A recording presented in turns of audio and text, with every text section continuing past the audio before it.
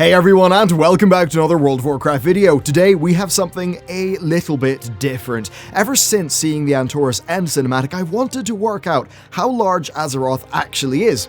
Mostly for amusement, given the amount of strange scale shifting that happens, but not to spoil you, but this one ends really awesomely. Do you know what also ends pretty awesomely? Today's sponsor, Skillshare. They have thousands of courses for only $10 a month. You can learn a whole bunch of skills. I use it a lot, but you can get 2 free months with my link down in the description. So more on them later, and let's get into the video. Now, we aren't able to properly measure anything from the cinematic itself, but what we can do is we can head down to Silithis in-game, and we can actually do some manual measurements. What this does mean is it does mean we're kind of mixing two different scales. We've got the in-game version of Sargeras' sword and the cinematic version. Now, the first thing that I had to do though was to get a proper circle and line it up with the still frame from the cinematic. By doing this, we kind of know what the rest of Azeroth would look like scale-wise. Much like with my previous size video, we are going to be using the Photoshop analytics tools then just to get some distances in pixel values, and then we're going to combine those with real-world measurements to essentially get a distance per pixel, which then allows us to get the actual diameter of Azeroth. Now, after lining up the cinematic shot, I started to look for points of comparison that I could easily make with the in-game version of the sword, and after trying a few, I identified some reliable measurements.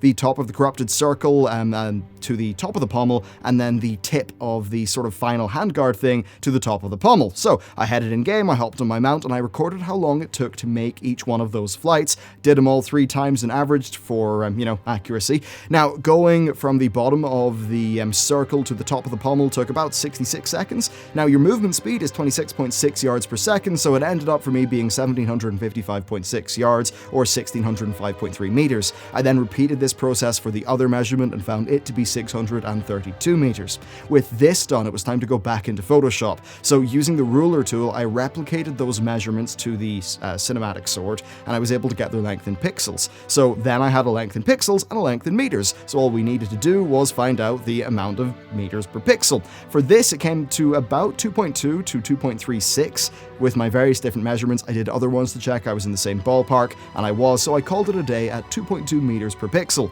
Now, there's not too much point worrying about the specifics here. There's bound to be a plus or minus, 20% for a few different factors, such as the exact angle of the sword in the cinematic, which we can't really tell or line up, and even something like the lens distortion based on the After Effects settings used but for the virtual camera in the cinematic. So we can't, it's ballpark. Now that we have our meters per pixel value, I ruled a line across the planet, and I found a diameter of 5,467 pixels. So when we put this into meters, it has the diameter of Azeroth being 12,026 meters. Here's the problem though. While the camera here is decently far away from Azeroth, it's not far out enough for the horizon that we see of Azeroth to pretty much be 50% of the planet. So this diameter is not likely the overall diameter of the planet at the widest point. However, it's probably decently close. So yes, Azeroth is about 12 kilometers in diameter with this measurement. Now, in real life, Earth is 12,700 kilometers in diameter. So Azeroth here is 1,000 times smaller than Earth, 300 times smaller than the Moon, or around 200 times smaller than Pluto.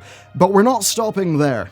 Now, you might think that the Vindicar could help us out here. Unfortunately, we can't really do anything useful there without knowing how far away Azeroth is from the Vindicar. This is because it's kind of like the difference between a picture of Earth taken from being really close to the planet and then one like the famous blue marble, which was taken further away. Our effective horizon point is different, and it pretty much messes up the calculations that would give us the proper dimensions. So if we hop over to the Vindicar here and you look at this image, then you could see that, sure, we could use the pixel values to work out the distance between the tip of a shower and the maelstrom, but our numbers just wouldn't actually be right without knowing how much of the planet that we were actually looking at and being able to work out the angle and all of those things.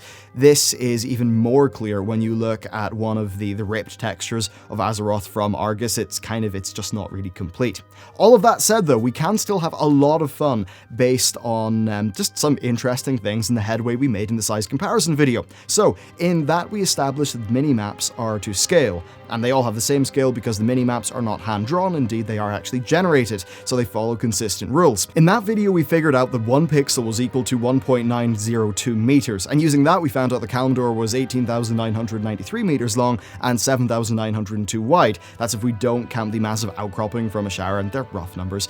Moving on though to the Eastern Kingdoms, first after I stitched on Quel'Thalas, I found that it was 21.02 kilometers long and about 8.5k wide at its widest, but it does have a smaller surface area than Kalimdor because it's less uniform and generally a bit more thin. What interested me though is what if we took the numbers here and we applied them to the illustrated world map. So in this map, the meter length of Kalimdor was 292.93 pixels, making each pixel 64.83 meters. Of course, this is not actually a way to measure a planet. Here, each continent, it does actually seem to have the correct scale, but the relative positions are clearly not right when you sort of maybe look at the relative view of Argus, plus it's a hand-drawn map.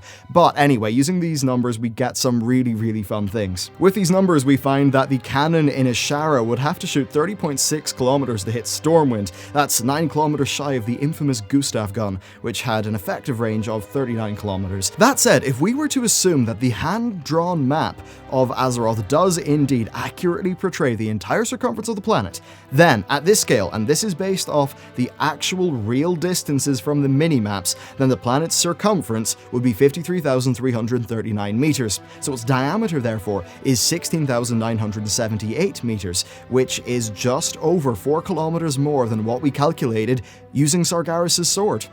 Now, if you were to look at this map again, maybe it seems unlikely that, say, the left of Kalimdor and right of Eastern Kingdoms would be so close together. Maybe there is a back half of Azeroth that we don't know about. So if we were to assume that the ocean or just the other area was maybe 50% as large as the map again, which wouldn't seem too insane, then that would put the circumference of Azeroth being about 80,000.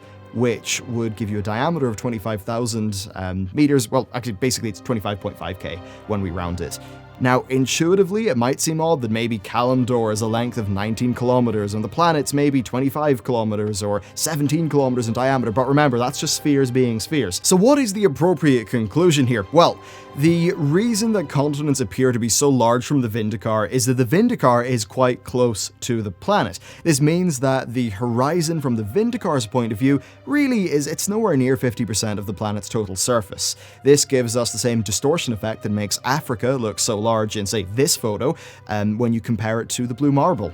I think that Azeroth is pretty much between a diameter of like 12 and 26 kilometers. Now, if Azeroth is 12k, then it's 1,000 times smaller than Earth, and if it's about 24k, then of course it's about 500 times smaller than Earth, which is it's a fair enough range. Now, what's funny here, and this is the bit of this video that I've been really, I can't wait to talk about. So, if you scale the continent of America down 1,000 times, it's just over 14 kilometers long, and that's pretty close to both the Eastern Kingdoms and Kalimdor. So basically, Azeroth kind of feels like a 1,000 times smaller scale of Earth.